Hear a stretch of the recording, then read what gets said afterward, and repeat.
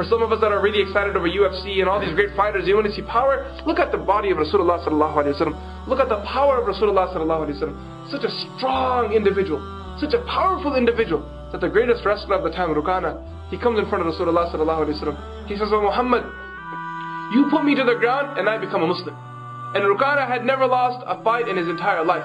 Do you know how strong these Arabs were? When the poets describe the power of the Arabs, when the poets describe the powerful men of the Arab, you know how these Arabs would prove their power? They would take a rope and tie it around their waist. They would take a rope, and what would they do with it? Tie it around their waist.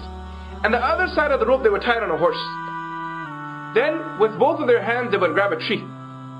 And they would whip the horse and see if it could pull that person away from the tree. Can you imagine that? They would whip the horse then and say, "What? Let me see if you can pull me away from the tree." And he would be holding to the tree like this. These men were rock solid. These men were true strong men. You can't even imagine that. A lot of those Arabs, how would people describe them? For example, Umar ibn al-Khattab radiallahu anhu. Those who describe the physical feature of Umar ibn al-Khattab radiallahu anhu, how do they describe him? They say his forearms are the size of a normal man's thigh. Look at your thigh for a second. Feel your thigh for a second. Right? The forearm of Umar ibn al-Khattab radiallahu anhu was the size of a normal man's thigh. These men were strong men. And this man comes in front of Rasulullah sallallahu alaihi wasallam. He sees a beautiful, handsome face and he thinks that there's no power behind it. He sees the beautiful, handsome voice. He hears the beautiful, handsome voice, and he thinks there's no power behind this man. And he says, "Muhammad, why don't you beat me, sallallahu alaihi wasallam, and I will become a Muslim?"